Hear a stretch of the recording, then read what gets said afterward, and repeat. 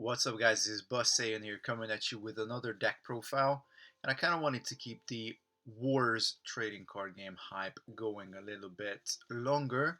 So after having cracked a box of Nowhere to Hide, and also having shown you guys how one of those beta decks, those legendary beta decks looks like, this time I'm actually bringing you one of my earlier deck constructions. So I'm going to show you my Gongen deck, and we're focusing on Ganymede here.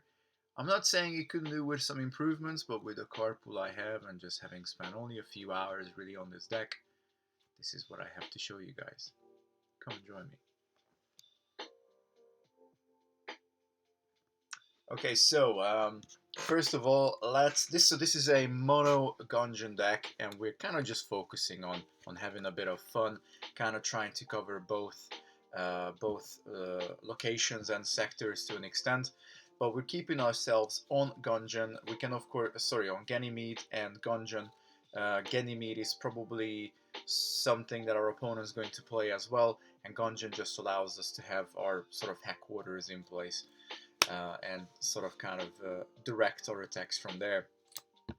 Starting site is on Ganymede Underground Bunker. I think this is a really good starting location for Gongen.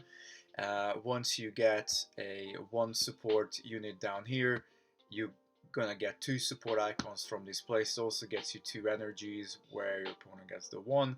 It's also a really good target for an encampment a little bit later on as well. We really want to hold this place. We want to just be coming down here as much as we can, and then use this as our main place to move around Ganymede. So that's where we start. We also run Gongen. This could also be a starting location. If we feel like we want to go to space a little bit more, then I would certainly suggest to start with Pilgrim's Haven. Each player who has at least two support icons in play generates one more energy here. This is obviously a mirror effect, so both ourselves and our opponent can get some good advantage of this. But of course, early game, this will benefit us hopefully a little bit better. Just hopefully having the underground bunker down, triggering that to become one more support icon. Or basically just bringing this down and already being able to generate one more energy. Sticking on Gongen for now, we have the Ice Mine. Basically, we're not going to be able to put any vehicles here, or have vehicles battling here. This is really good against particularly Earthers. Obviously, they have some very strong vehicles. So this can be something that can come out, maybe just giving us an energy, maybe giving us a support icon, but it can be really good if our opponent's heavy on vehicles. We also run the Shrine. I just love this card. I think it's, just paying lip service to running Gongen. This is a really cool card. I do have a few no-bots in the deck as well. So if we can obviously get this card down and have the planet in play, we can actually start to move about those no-bots relatively cheap. I think we can still obviously save maybe if we play our cards right. But if our opponent comes to Gongen, they can certainly meet the wrath of the no-bots, being able to put them into play 3 less, so 3 cost cheaper. So this is pretty much it for Gongen. We also run the Ganymede site, the sector, sorry. It can be good, of course. It can lead to some pretty good drains, and that's what we will be hoping to get. Obviously, control the moon, and then try and control as many Ganymede Ganymede sites as we can. We have 3 encampments. Arguably, this could be 4. I think 3 is a good number, though, to complement our 3 expansions. Obviously, expansions will be pulling out these encampments for us. A 3-3 is probably a good number, fairly easy to get them into play, and remember, if an expansion gets stuck in your reserve, then it's still a 3. It's a 3 destiny, so that's still pretty decent, I think. Still sticking on Ganymede, we have the Valley. It is very good for energy generation, but our opponent obviously gets the +2 as well. However, we do have a 3 Destiny side, which is pretty good. Each time a card is revealed for Bell Destiny here, while using the ability of a weapon here, that card's Destiny is +2. Now, we're not necessarily super big on weapons, but we do want to have this site out on Ganymede ideally as soon as possible, as well as the mining platform, because even though we're giving some pretty good amounts of energy to our opponents, we will be doing some extra energy generation here with our technicians, and we want to come here with our vehicles and start shooting and just generally use this to make our opponent's day on Ganymede not too much fun. So the mining platform, by the way, I love the artwork on the mining platform. It is just super cool, I think. There's a bit of a cartoony feel to it, but I think that's what kind of makes it pop a little bit more. As long as you control this location, you generate 1 more energy at each related location where you have a ship or unit. Very important to control both of these places. We will be able to come down to the valley with some vehicles and be able to defend both sides, because we got some weapons for our units to be able to kind of shoot to the other 2 sides around as well. So this is going to be fairly crucial for our gameplay, and trying to control Ganymede as much as we can. I'm going to leave these sides out here on the side, because I might come back to these and refer to them in the future.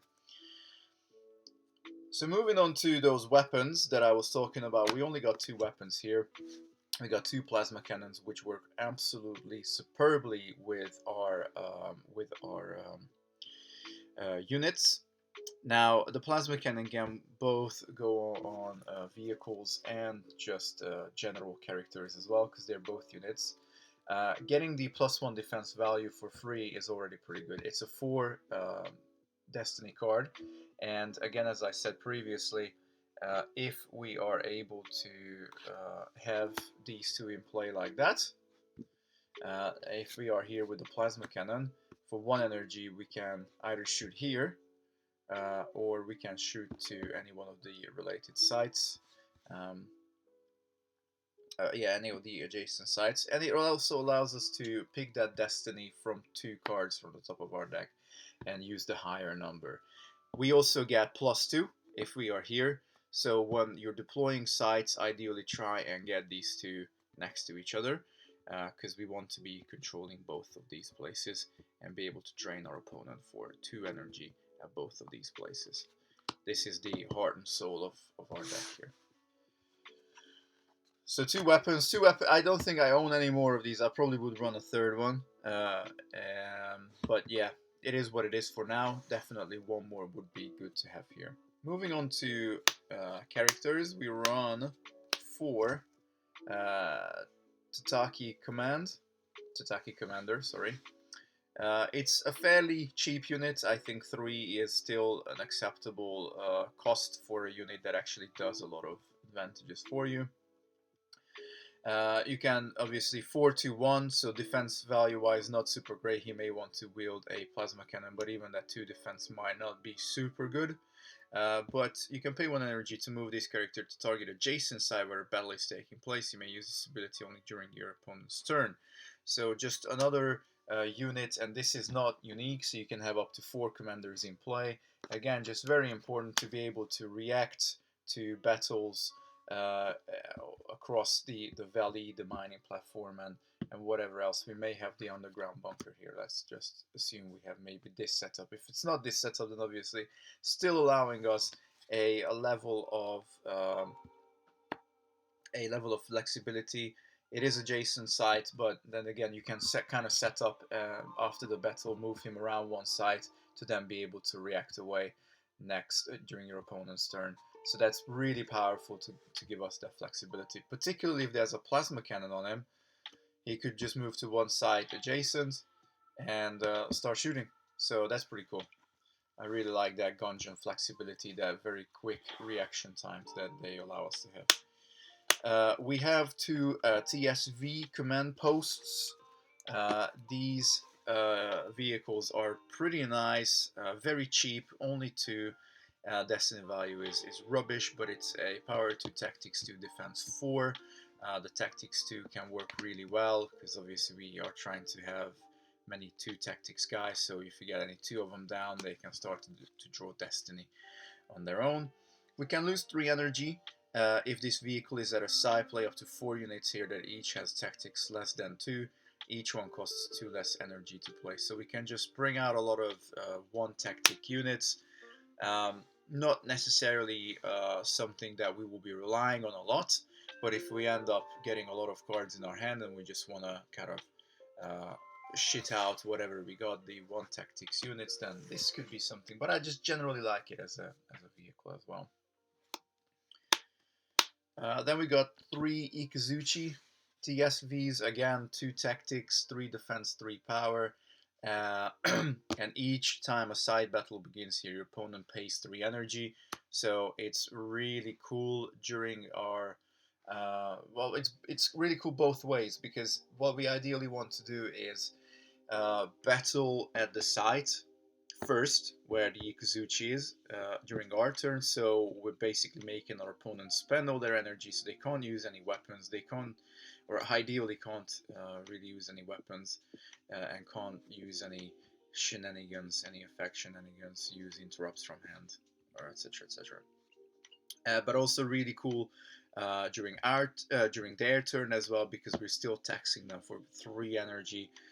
So they have to really take that into account. Ideally, they will want to make sure the last place they battle will be where the Ikuzuchi TSV is, to by the time obviously them having spent all their energy, so they will have nothing really to pay. We got 4 resource technicians. As I said, these guys will again be super crucial where we want to be dominating with the plague, and just coming back to these 2 locations. They work fantastically at the mining platform and in the valley. They will generate us 2 extra energies. But even if our opponent would take over the place, then they are not draining us for 4, obviously. They're only still draining us for 2, so this is giving us a very big advantage. No wonder the card is a 4 cost. I run 4 of these because I kind of want to see this early game again. Hopefully we will get the locations down quick enough, get a resource technician on board, and start to dominate Ganymede ideally. For our no-bots, we're running 3 one-offs, kind of just to be able to get more than 1 into play. They're kind of a bit of a backup if we need a really heavy hitter. The only one that draws Bell Destiny on his own is Dagon. Dagon is a 6 cost. It's a 9 power, 4 tactics, 5 defense, 5 on the Destiny, which is great. You must ensure that you have at least 2 other Gongen units with this guy in play, otherwise you need to dismiss this Nobot. And as long as nobody's at the site that has no support icons on your side, your opponent causes attrition -2 here. Guess what? Perfect for the mining platform and perfect for the valley. So we actually want to kind of get resource technicians down, get maybe any vehicles down there as well, and just take 1 turn where we can drop this bad boy, and this is really gonna be starting to dominate those areas.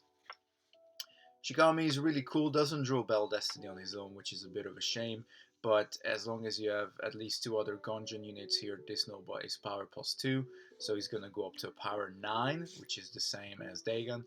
Not as good on the Destiny draw, but he's still a solid unit. And again, if we just need to get this guy down to protect Gongen, then by all means, go for it. Get it down for 3 to the shrine, move him about, and just protect your headquarters there at Gongen. Ikuzuchi, only a 5 cost this time, also a 3 destiny, which is okay, I guess. You can pay 2 energy once per turn, make target other unit here defense +2 until the end of turn. So this can work really well with some of our lower defense units. particularly if we want to sort of, if we have Tataki Commander down with one of the plasma cannons, and we want to just beef up his defense, maybe maybe make sure that you know, he can take a little bit more of that card loss away with him, then that can be pretty useful. It can also be pretty useful if our opponent's using weapons against us. Obviously, weapons will be looking at a defense threshold, buff something up. One of maybe if it's the same side as one of these other guys, you can actually save one of these guys against the weapon fire. And what would a Gongen deck be without no what's, right? We got one Kano, Masako, can be dropped, obviously, very cheap if we get the there he is. If we get the TSV command post down, basically comes down for free.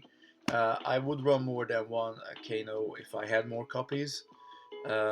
6 Destiny Draw is always extremely good. Yes, it does need a lot of loyalty, and it's very small on power, small on tactics, 3 on defense, but it can't be damaged, which is already a very good start.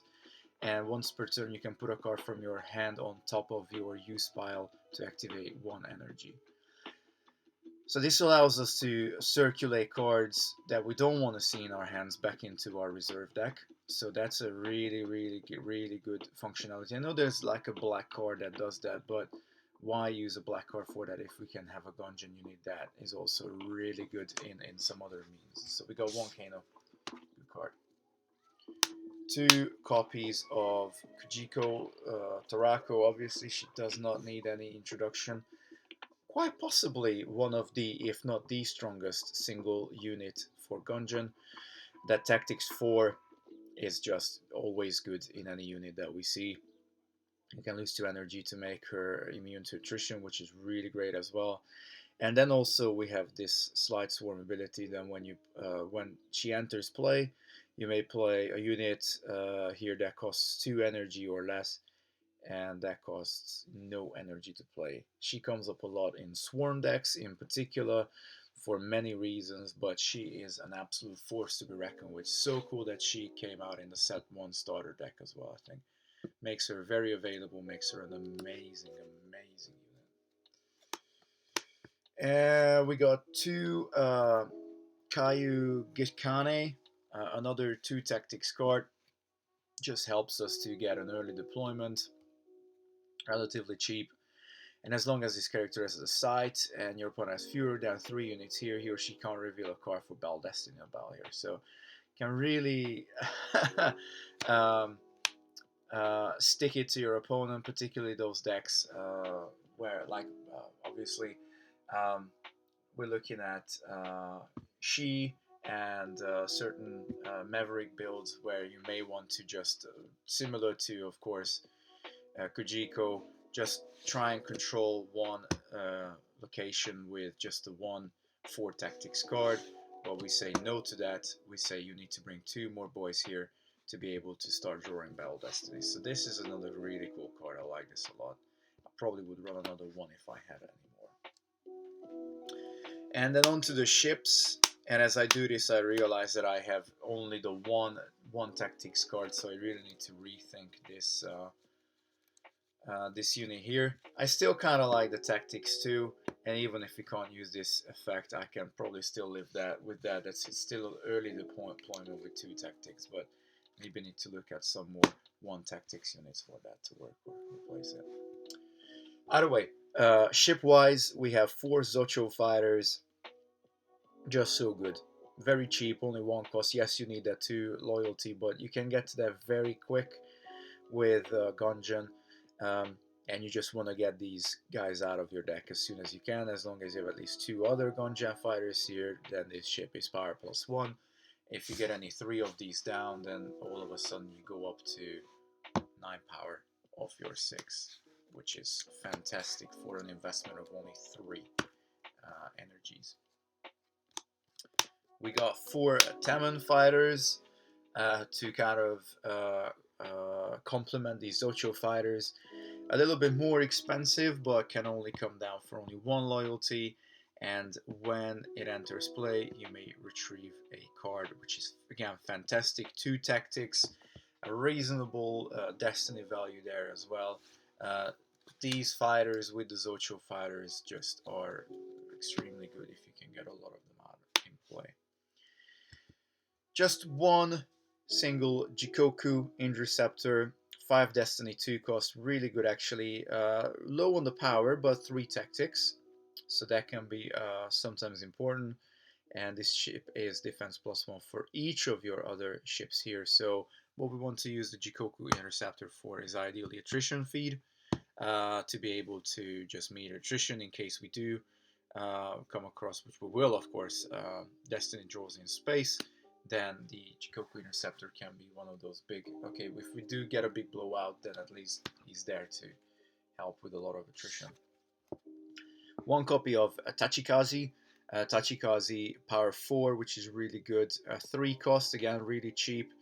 3 times per turn you can pay 1 energy to make your target ship here defense +1 until the end of turn. That's just fantastic against attrition, fantastic against any weapons shut up in space, particularly if you come across Mavericks again or She, which tend to have a number of very good weapons in space. So really cool little card.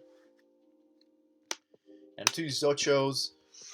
Zocho is another one of those staples, I think, for many Gongen decks.